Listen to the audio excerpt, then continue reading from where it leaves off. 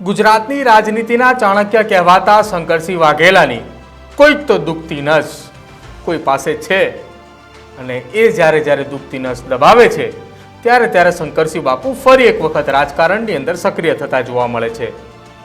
આવું જ કંઈક ફરી એક વખત ગુજરાતની અંદર બન્યું છે। બાપુની કોઈએ દુખતી નસ દબાવી અને બાપુ રંગે ચંગે તૈયાર થઈને રાજનીતિમાં ફરી એક વખત સક્રિય થયા છે। નમસ્કાર, આપ જોઈ રહ્યા છો ન્યૂઝ રૂમ ને આપની સાથે હું છું પ્રદીપ। ગુજરાતની અંદર આમ તો લોકસભાની અને વિધાનસભાની ચૂંટણી આવતી હોય એ દરમિયાન નવા રાજકીય પક્ષો આવતા હોય છે, પરંતુ આ વખતે ગુજરાતની અંદર સ્થાનિક સ્વરાજ્યની ચૂંટણી આવી રહી છે ત્યારે શંકરસિંહ બાપુ નવા રાજકીય પક્ષને લઈને મેદાને આવ્યા છે। ગઈકાલે અમે આપને જણાવ્યું હતું કે શંકરસિંહ બાપુએ 200 ઘોડાનો ઓર્ડર આપ્યો છે અને એક સાથે 200 ઘોડા ઉપર અલગ અલગ લોકો સવાર થઈને આ નવા રાજકીય પક્ષની જાહેરાત કરશે। આજે વાત ખુલીને સામે આવી છે કે બાપુએ જે 200 ઘોડાનો ઓર્ડર આપ્યો છે તે 200 ઘોડા અમદાવાદના ગોતા સ્થિત રાજપૂત ભવનથી નીકળશે અને મહારાણા પ્રતાપની જે પ્રતિમા છે ત્યાં સુધી જશે અને ત્યાંથી નવી રાજકીય પાર્ટીની જાહેરાત થશે। શંકરસિંહ બાપુ જ્યારે નવી રાજકીય પાર્ટી જાહેરાત કરવાના છે તે દરમિયાન એ પાર્ટીનું નામ પણ જે છે તે ક્યાંક સામે આવ્યું છે અને પાર્ટીનું નામ આ વખતે રાખવામાં આવ્યું છે પ્રજાશક્તિ પાર્ટી। શંકરસિંહ બાપુએ પ્રજાશક્તિ પાર્ટીના નામ હેઠળ આગામી સ્થાનિક સ્વરાજ્યની ચૂંટણી જે છે તે લડવા માટે તૈયારી દર્શાવી છે અને આ સ્થાનિક સ્વરાજ્યની ચૂંટણી શંકરસિંહ બાપુ એટલા માટે લડવા માટે તૈયારી દર્શાવી છે કે બાપુની દુખતી નસ કોઈ કહેતો દબાવી છે। કોણે દબાવી છે એ મહત્વની વાત છે। આમ તો ગુજરાતની અંદર સ્થાનિક સ્વરાજ્યની ચૂંટણી પહેલા ક્ષત્રિય સમાજ એક મંચ ઉપર શંકરસિંહ બાપુએ જ કર્યો, જો કે આ એક મંચ ઉપર થયા તેની પહેલા શંકરસિંહ બાપુ બે મોટા રાજકીય નેતાને મળ્યા। એક રક્ષાબંધનના પવિત્ર તહેવાર વખતે અમિત શાહની સાથે મુલાકાત કરી અને બીજી મુલાકાત કરી સમાજવાદી પાર્ટીના અધ્યક્ષ અખિલેશ યાદવ સાથે। જો કે સમાજવાદી પાર્ટીના અધ્યક્ષ અખિલેશ યાદવ સાથે જે મુલાકાત કરી એની તસવીરો પણ સામે આવી, પરંતુ અમિત શાહ સાથેની મુલાકાતની તસવીરો સામે ન આવી અને બંધ બારણે બેઠક કરવામાં આવી।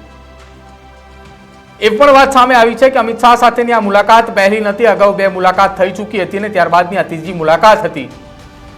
હવે 3 મુલાકાત બાદ શંકરસિંહ બાપુને કોઈક એક સોપારી આપી અને કહ્યું કે દશેરાના બીજા દિવસે એટલે કે 13મી ઓક્ટોબરના દિવસે સોપારી ઉપર ચાંદલો કરીને નવા રાજકીય પક્ષની શરૂઆત કરો। શંકરસિંહ બાપુએ જ્યારે નવા રાજકીય પક્ષની શરૂઆત કરી રહ્યા છે તે દરમિયાન એક સાથે 200 ઘોડા અને મહારાણા પ્રતાપની પ્રતિમા નજીક જઈને નવી પાર્ટીનું લોન્ચિંગ કરવા માટે પૂરેપૂરી તૈયારીઓ દર્શાવી છે। આ નવી પાર્ટીનું લોન્ચિંગ થાય તે પહેલા શંકરસિંહ બાપુએ તમામ જગ્યા ઉપર પોતાની તૈયારીઓ દર્શાવી દીધી। ક્ષત્રિય સમાજને એક મંચ પર લઈને આવ્યા, રિયાસતી રજવાડાઓ પણ લાવ્યા। જો કે આ તમામની વચ્ચે ક્યાંક ને ક્યાંક અણબનાવ પણ બન્યા, સમાજના આગેવાનો જ આમને સામને જોવા મળ્યા, પરંતુ તેમ છતાંય બાપુ ડગમગ્યા નહીં। બાપુએ સ્ટેજ ઉપર ચડ્યા, માઇક હાથમાં લીધું અને જે પત્રિકાઓ વાયરલ થઈ હતી એ પત્રિકાની અંદર માત્ર ને માત્ર સમસ્ત ક્ષત્રિય શક્તિ અસ્મિતા મંચના પ્રમુખનું જ નામ હતું।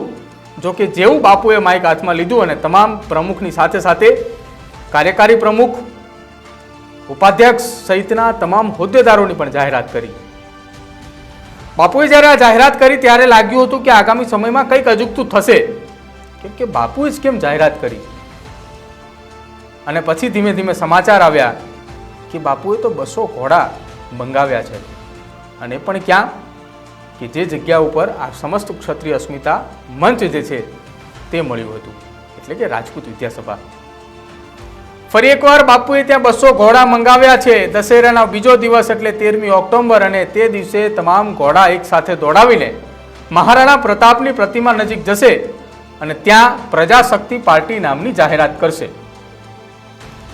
બાપુની એવી તો કઈ દુખતી નસ છે અને દુખતી નસ કોની પાસે છે જો તમને જાણ હોય તો અમારી કોમેન્ટ બોક્સની અંદર જણાવજો.